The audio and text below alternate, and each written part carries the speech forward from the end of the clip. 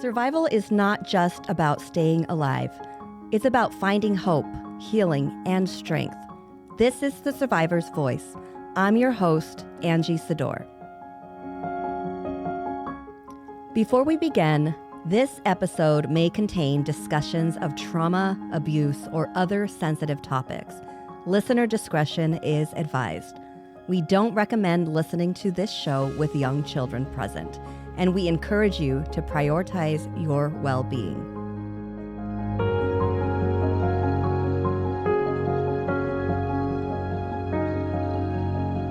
Today on The Survivor's Voice,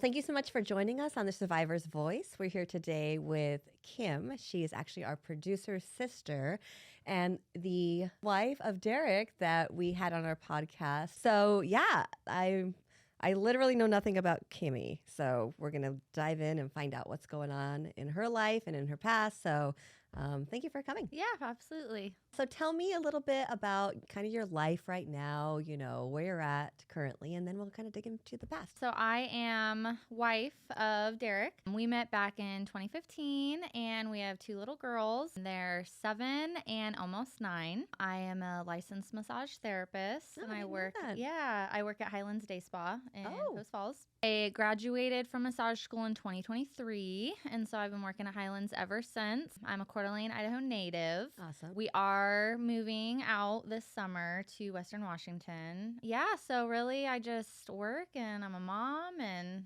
family life. And Okay, well, tell me about your upbringing. so I was born here in Coeur d'Alene. Which is so rare, and I know our listeners are everywhere, even international. It's very rare to find a local here in this area because it's a transplant state. Like everybody comes here from everywhere. It's a very beautiful place I run to into live. that at work all the time. Yeah, it's like, Clients wait, will what? ask You're from me- here? Yeah, and Yeah. they're like, oh, you never hear that anymore. No. Yeah. Yeah. So I was born here. I want to say I was like a year and a half or 2 years old. Family moved down to Santa Rosa, California, which is where my dad, his family's there. Okay. So we lived down there for a while. And then when I was 6, my parents got divorced. And so me and my 3 sisters packed up, moved back here with my mom. And then we had a stepdad for a little bit. That's like a whole separate episode, I feel like. Okay. And then my mom ended up having a brain aneurysm when I was 13, which again would be like a whole separate episode. My gosh. So then my 2 older sisters, they were already out of the house at this point. So then me and my twin sister moved in with my dad and my stepmom full time when I was 13. And then Back in Santa Rosa? no, here in Idaho. Oh, okay. Yeah, so I think when I was 8 or 9, he bought a house up here. So we would have like visitation with him, I think a couple days a week and every other weekend. And then when my mom had her brain aneurysm, my stepmom moved up here full time. Okay. So Was your mom, did she survive it? she did. I wish I've asked her for like her medical file because I wanted to like read it because it's so crazy. But she wasn't like a vegetable, but she was very low functioning for years, like 5 years, I think, after it happened. And then there was all this drama with like her dad becoming her guardian and her hopping between homes. And I think right now she's in Butte. I always get Billings and Butte, Montana confused, but I think she's in Butte. How old was she when that happened? Happened in 2008. So she would have been 37. Oh my gosh. Which is Derek's age. Young. Yeah. Wow. Yeah. So she was super young when that happened, which is super sad. You know, it was a long time ago, so I feel like I've grieved it. But when I sit down and think about it, like it is really sad, you know? Yeah. So I talk to her like every now and then. She hasn't made the best choices since she's been independent, you know, drugs and stuff like that. So I don't talk to her as often as I probably should. But yeah, so then we lived with my mom and my stepmom and my dad. My stepmom was kind of the primary. She works at Kootenai. And then my dad travels between here and Marin for work, Marin County in California. Oh, He works in the ICU as a nurse there. flies back and forth. Yeah, he's got so many miles. It's Wow, what a life. yeah. Yeah, he loves it. And I know my stepmom loves it because he's a loud character, a big personality. So I know she likes her time. So then graduated high school, didn't make great choices myself, drank a lot, smoked a lot of weed, experimented with different drugs and stuff. Met Derek when I was 19, almost 20. We were both partying and got pregnant like 2 months later with my oldest. Yeah. So then it was just kind of like, all right, well, we're in this. We're Yeah. a family now. And then we had kind of I think the word is tumultuous, relationship. Didn't start out great, got worse with bringing a baby in, finances. So then we kind of split a couple times, but it was like we were still living together, like we're broken up, blah, blah, blah. But we officially split in October of 2020. He went to Ohio to be with his family for a little bit. I think he was gone for like 6 months or something. Came back. We were living separately, kind of did a 50-50 schedule with the kids, and then finally got divorced in March of 23. So that was just procrastination. When you have kids, like you have to do child support, you have to do a parenting plan, and we had things worked out civilly between us, so we didn't really want to. Sure. But then I needed to be divorced to get my FAFSA going for schooling. So got divorced. No, it would have been March of 22. We got divorced, started school.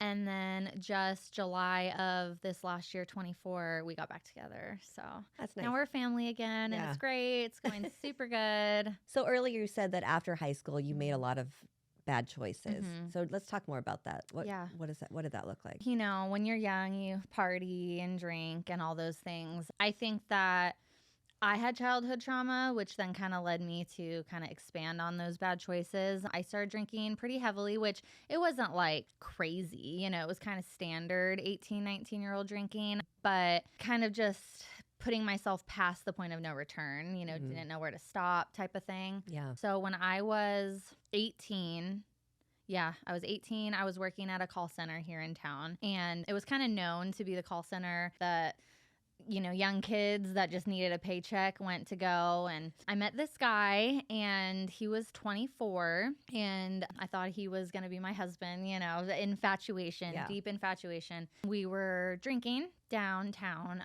on the Dyke Road by the college, the beach. Oh, yeah. Yep. Yeah, we went down there. He had a friend who was 30, who also worked there. He came with us.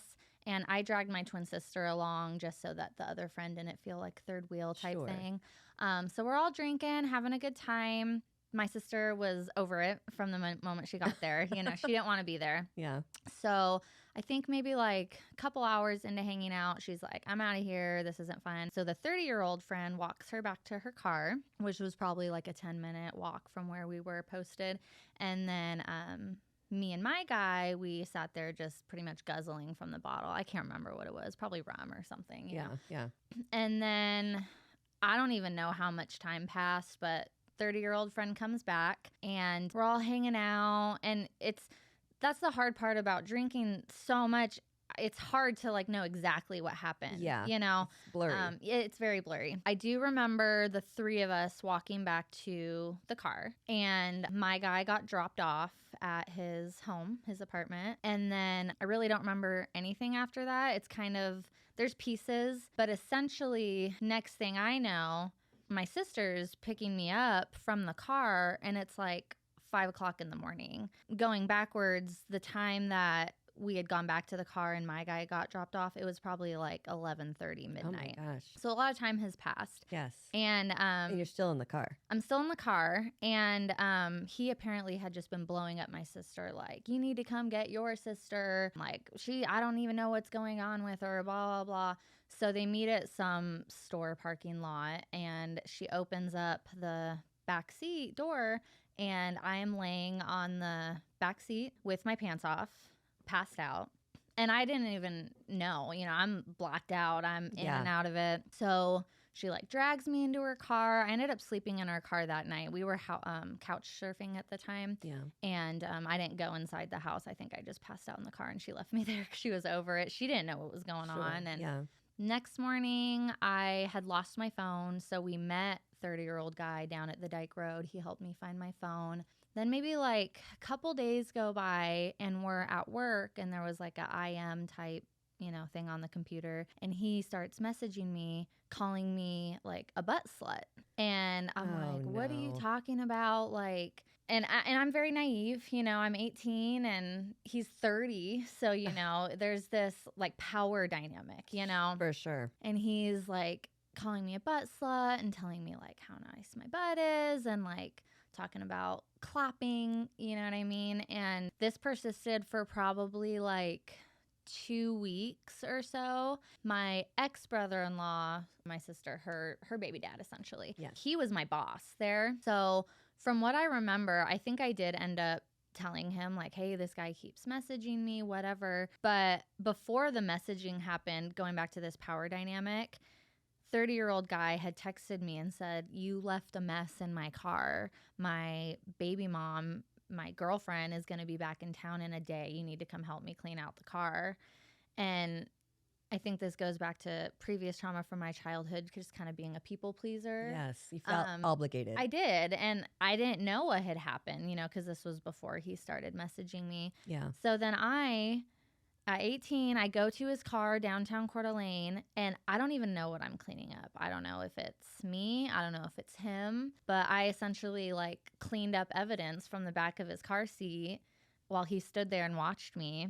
And I'm just so confused. I don't know what happened. And he was like a nice guy. He was nice. He wasn't like creepy or weird. I didn't get a bad vibe off of him or anything. Yeah. So I'm like, shit, I guess I fucking peed in his car. I don't know. Oh, geez. Yeah. Then baby mom comes back into town and I start getting messages from a weird number calling me a slut, a homewrecker, and I still am so confused. And then she forwards me pictures of myself that were on his phone. He took pictures of you. And they were zoomed in. Some of them were from afar. And I was passed out. Oh my God. Yeah. So it still kind of bothers me to this day. Like, I don't know if I did drink so much that happened, or if maybe he roofied me after the other friend got dropped off. I really don't know. And at this point, there's no rape kit that can be done. It's been weeks. There's no drug tests that can be done on me to test my bloodstream, So yeah, that was pretty crazy. I didn't really come to terms with what had actually happened till I think a couple years later. Me and my twin sister were, I think, driving around smoking weed or something, and we were talking about it, and she just like starts crying and telling me like how she found me. And I think that's kind of when it really hit me, like what had happened. I think I was almost in a state of denial for a while. Yeah. A couple of years later, he ends up moving in right next door to me and Derek. No way. Yeah. And he's got 2 boys, 2 little kids. And does Derek know about him? He does, yeah. And when I first saw the car pull up, because it was the same car from before, I saw the car pull up, and it was kind of like a grungy neighborhood, low income. And I'm looking, and I'm like, what? And then I see him come out, and like my whole body, like, your stomach's in your throat. You feel tight. You start shaking, because I was really more angry than anything. But your body had a trigger response. Exactly. Yeah, we ended up moving out like 6 months later, but I know he saw me. At this point, I think it had been like 5 years since it happened. I dyed my hair red. I think I had gained a significant amount of weight from my pregnancy. So I honestly can't say for sure if he recognized me. Yeah. He probably did. I can't say for sure, but he never looked my way. He just pretended like I was just a random neighbor. And Derek didn't want to kill him? He did. Yeah. Yeah, he wanted to say something, but I'm like, there's 2 little boys over there. There's nothing that can be done now other than you confronting him, something happening, and then you get in trouble, because he probably would have hit him. And I didn't need Derek to get in trouble over something like that. Yeah. So That was pretty tough. And then, yeah, I feel like with sexual assault in general, there's so many different ways that can look, and I went to high school with a girl who got raped pretty like violently, and she was cognitively aware of what was going on. And so, I've heard stories like that from other women, and it in the past almost made me feel like, not that my story wasn't good enough, but it's like trauma comparing almost, like, well, I wasn't held down violently, or, I didn't have bruises after the fact or whatever. I didn't have to scream no. And so it's like, you almost feel like you shouldn't say anything, because it's like, oh, well, what she went through is so much worse. Yeah. Not that it's worse, but like it sucks not even knowing for sure. Yeah. Like I don't know what was done to me that night. I don't know anything other than the small little snippets of memory I have, which now it's almost like trying to remember a dream, a super vivid dream from 5 years ago. Yeah. But it's like I kind of remember like kind of waking up dozy, being in the back of the car. I don't remember him being like on me or anything, but I'd like kind of wake up, notice I was still in the back of the car, and then like immediately pass back out again. So, 5 hours is a long time to That's a long time. have your way with someone, No kidding. Yeah. who has no defense. Oh my God. Yeah, I ended up confronting the guy I was seeing years later. He hit me up and I'm like, did you know about this? Like, was this the plan, like get the twins or whatever? Yeah. And he apologized, said he had no idea. But as far as I know, they're still in communication. So who knows? Oh my God. And nothing happened to your sister when he took her to the car? No, she was sober. Okay. So, and her car was there. So he just walked her to her car to make sure she got there safe, stand-up guy. Yeah. Oh my God. Yeah. Trauma is relative. Mm-hmm. And there is no like, that's worse than this one. It's Right. relative. And our bodies do, Mm-hmm. So have you dealt with that at all? I feel like for a long time I didn't. And I think that subconsciously, because I've never thought like men are bad, men are scary. I love men, But I do think that subconsciously it kind of put this thought in my brain to just like say yes. You know what I mean? And I think that probably also stems from me being a people pleaser in the first place from childhood. But I look back on flings or relationships I've had where, I might not have wanted to do something, but I just did it anyways, and things like that. I ended up drinking pretty heavily with a guy I saw during mine and Derek's 4-year split. He was a drinker, and this should have been a red flag for me, but I remember one time I asked him, like, why do you want to drink so much every night? Like, why are you always pushing me to drink? Yeah. And he said something to the effect of, I can't remember word for word, but he said something to the effect of, well, girls are more likely to, like, be in the mood if you have them drink. I was like, oh. Interesting. That feels rapey, you know? Kidding. Yeah. For real. Yeah. Anyways, so I started drinking really heavily, and I don't blame him. It was my choice to drink, but he was a drinker, and that's just what we did. We drank and had sex, and that was it. And then I ended up getting a DUI, which was really, really bad. Ugh. Really bad. Hit 2 cars. It was a big thing. I almost got a felony, which I didn't, thank God. I ended up getting a DUI in February of 2023, which was actually really scary because I was still in massage school at the time. Oh my God. And I had like 2 months left of massage school. And I'm thinking, did I just throw my career away? You know, certain licenses, you can't have certain charges. Was anybody hurt? Kind of. So what had happened was I hit a car in an intersection, took off, left the car there, then hit a truck at a parked apartment complex, or parked at an apartment complex. Yeah. And that's where I got arrested. So which I would never just take off sober, but I think I ended up blowing a .24. So I'm like, I'm gone, you know? Yeah. But the lady who I hit in the intersection, she did go to the hospital that night. Her car was totaled. So she went to the hospital. She said her arm was numb, and that was the felony hanging over my head, because had she been hurt, it would have been a felony. Oh my gosh. So I got a lawyer because I'm looking at a felony. Oh yeah. And I'm asking him like every couple days, like, have you heard from her? Not only because I want to know where I'm at felony wise, but like I want to know if I hurt somebody, you know? Yeah. Turns out she was fine. Thank God. So she might have, maybe in the impact, a muscle got dislodged and a nerve got pinched for a minute and she felt some numbness, but she turned out to be okay. Thank God. Wow. Yeah. So, that was a terrifying night. Oh, yeah. Did you spend the night in jail? I did, yeah. And I had been arrested once before when I was 18. I got busted with some weed, and, but I got bailed out like 3 or 4 hours later. Yeah. But this time, because I was looking at a felony, I had to stay overnight and then do a video arraignment with the judge, who set my bail at $30,000, like I'm some flight risk or something. Wow. It was crazy. But that was probably the scariest night of my life, not knowing if I'm getting out. I've got 2 kids, they had just gone with Derek for the week. Were you in like the drunk tank with like a bunch of other people? So that you start off in the holding cell, like the main room or whatever, and then they moved us to like the cells bordering the office. It's almost like a circle room with the office in the middle, and then there's rooms circling it.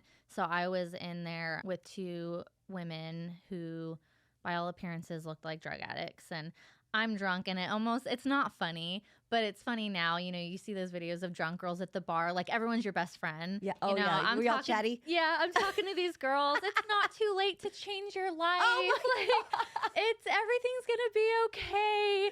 Just gone. Yeah. And then it didn't really hit me. They took me into a room to interview me. They're like, were you driving down this road? Because no one knew who had done the hit and run, because I just took off. Yeah. And there were conflicting reports. Some people called in, said it was a white SUV. Some said it was a black SUV. It was a gray SUV in my car. So they're asking me, like, were you down this road? I'm like, yeah, I was probably down that road a dozen times tonight. I don't remember how long I was in there. But then I get out, and I'm like, okay, well, can I get out now? I know my sister posted bail for the DUI. And they're like, you're not getting out tonight. And my heart just dropped. Oh my gosh. You put the jumpsuit on and fingerprints and mugshot, which my mugshot's terrible. So that was really scary. But I'm not like glad I got a DUI. Like, no one hopes to get a DUI. But I got into a specialty court to lessen my charges, essentially. So DUI court. I don't know if you've heard of it. Yep. Yeah. So, I had to go to all these classes and counseling. And most of the classes are pretty, like, you just fill out the pages and they pass you. But the last class, you have to, like, present and go through testimonies. It's a very no victim statements class. You can't blame other people for your choices. You look back on, self-reflection, and it was actually really beneficial. I think in that class was where I kind of came to the realization that Derek did not ruin our relationship. I contributed to it just as well. Wow. Which, had that not happened, we probably wouldn't be together. That's now. huge. Yeah. Different things, like even with my sisters or my parents, just looking at how my choices have affected other people.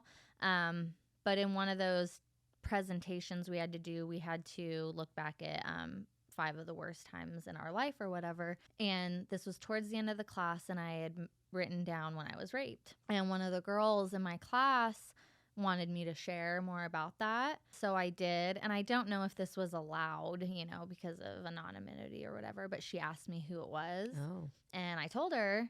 And it turns out baby mama who had texted me those pictures is her sister. Oh my God. Yeah. And what are the chances? Yeah. So she essentially apologized on her sister's behalf. She said, my sister can get very hot, and she should not have said the things she said to you.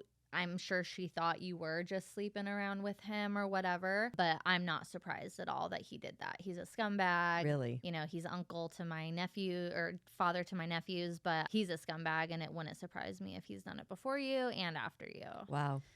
So, then it just comes to, like, where's the justice? If he's doing this and other women like me aren't saying anything because they don't know what happened, or, weeks have gone by and all evidence is gone, then it comes down to a he said, she said. Yep. And there are so many men out there who get falsely accused. Yep. And true. so, when you look at the justice system, like, they shouldn't convict without evidence and proof. So in my situation, there is none. It's not there.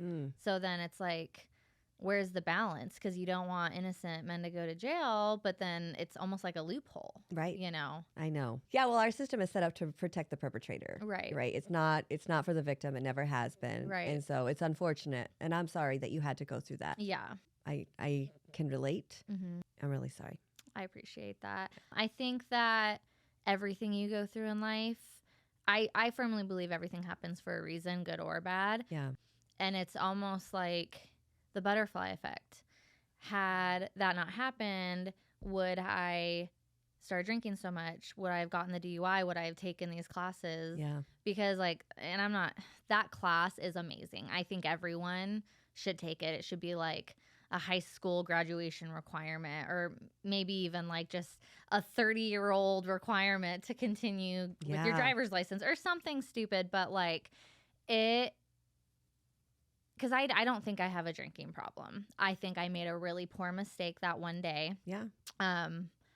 But the class made me look at so many other issues that I had behavior-wise, how I react to things, my mindset on things, which, leads to overdrinking and leads to all these poor decisions. And so I'm very thankful for everything that's happened in my life. Yeah. And I just, from what I can see, he's a decent dad to his kids. And so, people can change. Maybe something's happened to him and he's turned a leaf. I hope good for everyone, but I think about other girls that he's been with or come in contact with. Because I wasn't even seeing him. It's not even like he was a boyfriend. No kidding. I barely knew him, Just took the opportunity. Mm-hmm.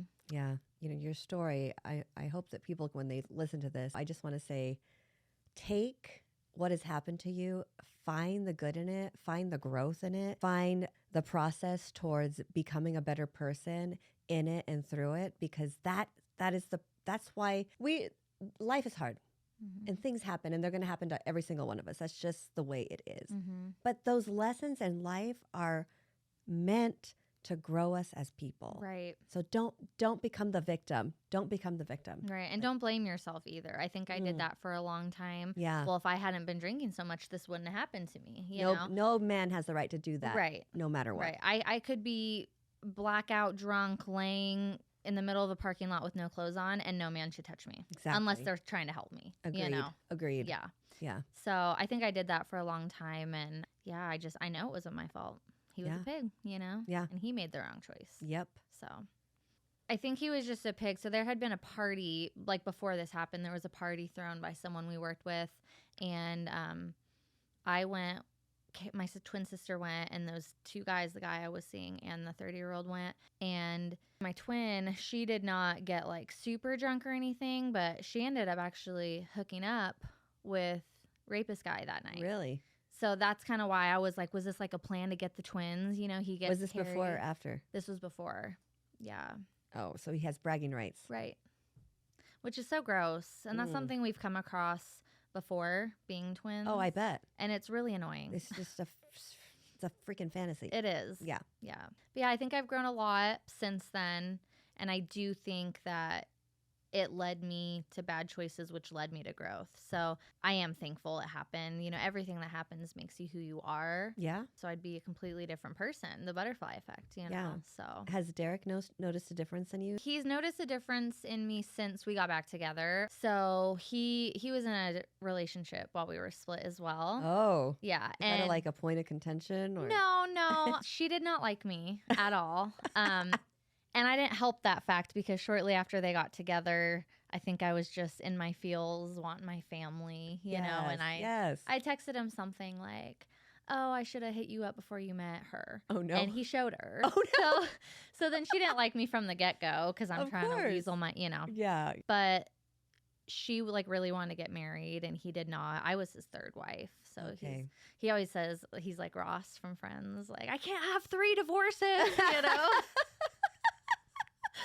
I'm like, but you do. So, but she really wanted to get married. So he did end up proposing, just kind of, he says, to shut her up. Oh. And they weren't going to plan the wedding for a while or whatever. But things got really bad between them. There was issues with her kids and him. He's a very strict dad. He just is. The military dad. Yeah. So there was a lot of contention between the older daughter and Derek. So they ended up splitting, and then Derek and I just started hanging out a lot. He would text me. It was my week with the kids, and he'd be like, all dramatic. The silence is deafening, because his house is empty. Oh, no. So I'm like, well, do you want to come over for dinner? We're going to watch a movie. And then we had like a couple beach days. And he actually told me before we got back together that he was having conflicting feelings because before I was just ex-wife, baby mama, he was co-parenting with, and now he was feeling feelings of friendship for me. And I was like, well, I mean, that's not a bad thing. Right. And then, one thing led to another, and here we are. So I look at our relationship back then and our relationship now, and it's night and day. I bet it is. Like we're still the same people. We still have the same interests, but our disagreements and our arguments, if you want to call them that, are so calm and so respectful. Yeah. And I've come to the realization, he is who he is. Everyone can grow for sure. But if I want to be with him, I need to accept the way he is at this moment. So true. And so when he does wake up, he says, wakes up and chooses violence, and just he's on one. Like from the moment he wakes up, I just let him be on one. I can see that about him. And it's like if I'm going to sit there and nitpick at him and get at him, it's only going to make it worse. Sure. So let him be on one. It's not going to affect me. Yeah. I'm going to go about my morning whimsical, like he says, not a care in the world, take care of the kids, and then next thing you know, he's over it and it's fine. Yeah. I think that's been the biggest thing for me is like not forcing him to be like this picture I have in my mind and accepting him. Yes. So good. And I think that comes from self-reflection, recognizing my own faults, and then being like, how am I going to hold this other person to this super high standard when I'm falling short in all these different areas too? So very, very good. Yeah. So it's been awesome. Yeah. It's been great. I'm excited for people to watch this. Yeah. And I know they're watching it right now in the moment, but like, it's so huge. I mean, I see people close to me that are going through relationship issues and they're not on the other side yet. Right. Where they have the clarity, the aha moment and like accepting their partners for who they are and all the things. So I hope that this really gets you and you're watching and you're like, oh my gosh, maybe I need to work on me. Yeah. Maybe. Well, and I feel like, when you are in that dark spot and you're not on the other side yet, like it does feel so dark. Yes. And it's like, you just want to blame the other person for X, Y, and Z or whatever. Well, but it's easier. It is. It is easier. And, I'm not going to sit here and say there's things that in the past he did that I should have just accepted. There's still lines you don't cross and unacceptable things. But I think like the biggest thing is just acceptance for who your person is. Yes. Yeah. Not trying to change them. Like there's little things, like let's work on this, you know, and being a team. Yeah. Yeah. One quote I really like, it's like, it's not you and I against each other. It's us against the problem. Yes.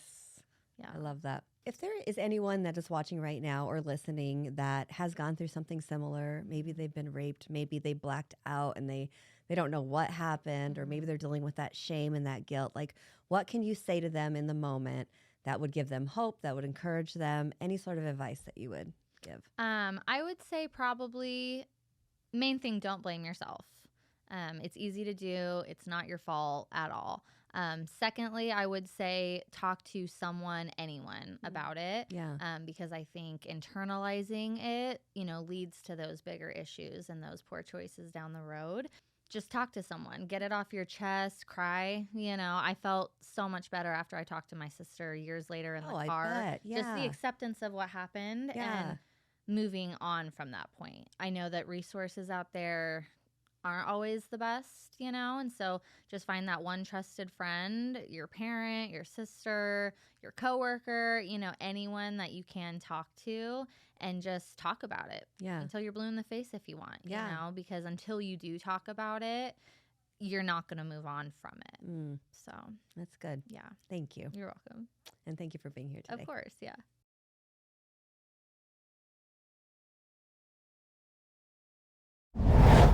Safe Harbor is dedicated to helping survivors of trauma find healing and restoration through support, resources, and community. They provide hope for those affected by human trafficking. Visit safeharborforfreedom.com to learn more or support their mission today. Thank you so much, Safe Harbor, for supporting the survivor's voice.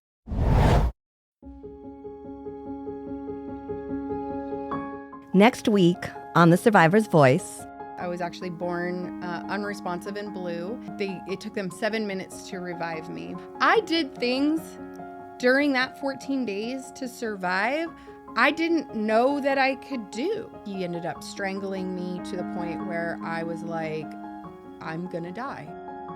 Thank you for joining us on The Survivor's Voice. I'm Angie Sedore, reminding you that every survivor's story matters, including yours. If you or someone you know has a story to share, you can contact us at booking@thesurvivorsvoice.net. Your voice deserves to be heard. If you enjoy the survival stories we share, we would love it if you gave this channel a follow and a 5-star rating. No matter how dark the journey, the light of resilience shines brighter. Thank you for listening. If you know someone who would benefit from hearing this story of survival, please share this powerful testimony with them. A heartfelt thank you to our incredible listeners for your unwavering support and to the survivor community for your courage and resilience. You are the heart of this podcast. Special thanks to our producer and editor, Christina Elder, and to Dan Wise with Wise Media Studios for bringing these powerful stories to life. Your dedication makes the survivor's voice possible.